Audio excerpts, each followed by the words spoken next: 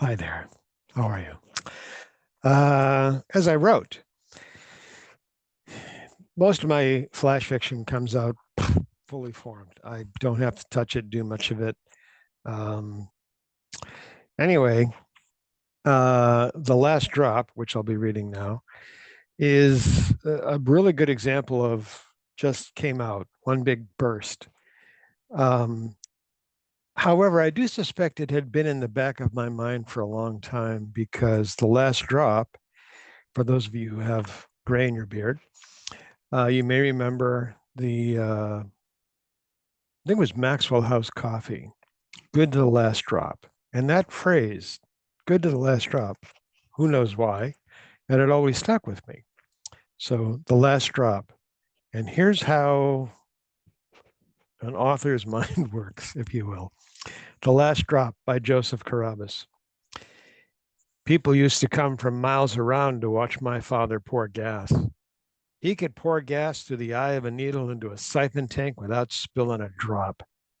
They'd come, their near empty gas cans on the back of their buckboards, the cans braced all around so they wouldn't fall over, splash, slosh around. There were special gas pouring days back then, and Dad was the only one this side of the ridge who had a license to pour. It was a wondrous thing to watch.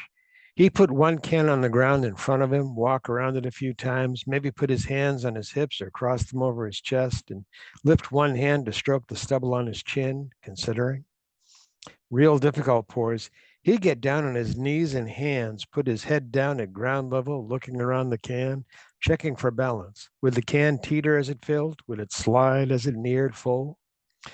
Then he'd start with a single small drop, a test drop, he'd call it. Everybody held their breath. He'd check the neck of the can after the test drop, make sure there was no spillage.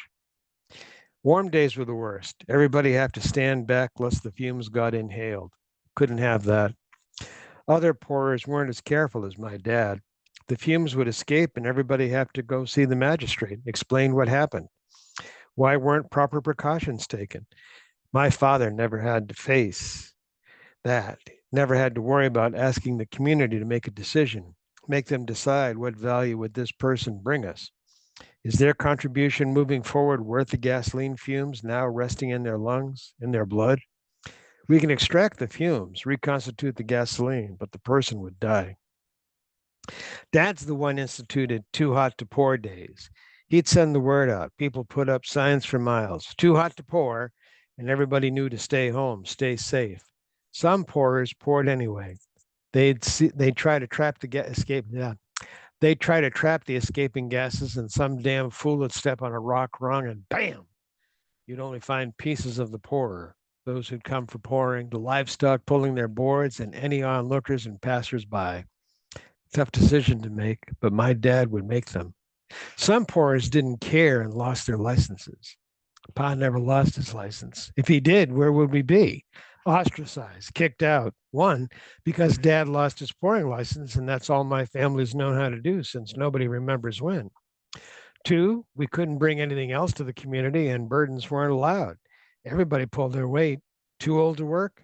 Take that walk into the desert lands. Deformed? Into the fires before their deformity spread. And we made sure everybody could make their fires because you never knew when a deformed child would come out of you. Then we had to decide could the woman be kept? Women are allowed one deformed child, have a second in the community gathers. How productive is she outside the birthing parlor? Magistrate says we got to keep on growing, spreading ourselves, opening up new lands, but we but we need population to do that, and that takes time with only 35% whole births each year. Used to be more in my dad's day, before we had to waste mom because baby brother didn't have all his toes or eyes. Pa says I'll be pouring gas on the frontier when it's my time. He has hopes for me. He loves me. He cares. Excuse my little burbles and babbles there. But I find that to be a very frightening, terrifying story, actually, that this young lad is talking about the love his father has for him and the caring, and at the same time he's talking about how just naturally we have to maybe kill the woman, And any deformed children are just killed automatically. And the fact that women are relegated to a birthing parlor, that is freaky strange to me. Um, there are some odd uses of words in here, odd constructions. He gets down on his knees and hands, not hands and knees, which is how most people would phrase it. That came out of me whole. And the purpose was, I realized, to show that it's quite different. It's us, but not like us. And the one of the source phrases that had been in my mind for a while for this was the opening line. People used to come from miles around to watch my father pour gas. That is just such an odd thing to think of. What does this guy do that's so special about pouring gas? Or is there something about pouring gas which has to be special? So there you go. That's the last drop. Hope you enjoyed.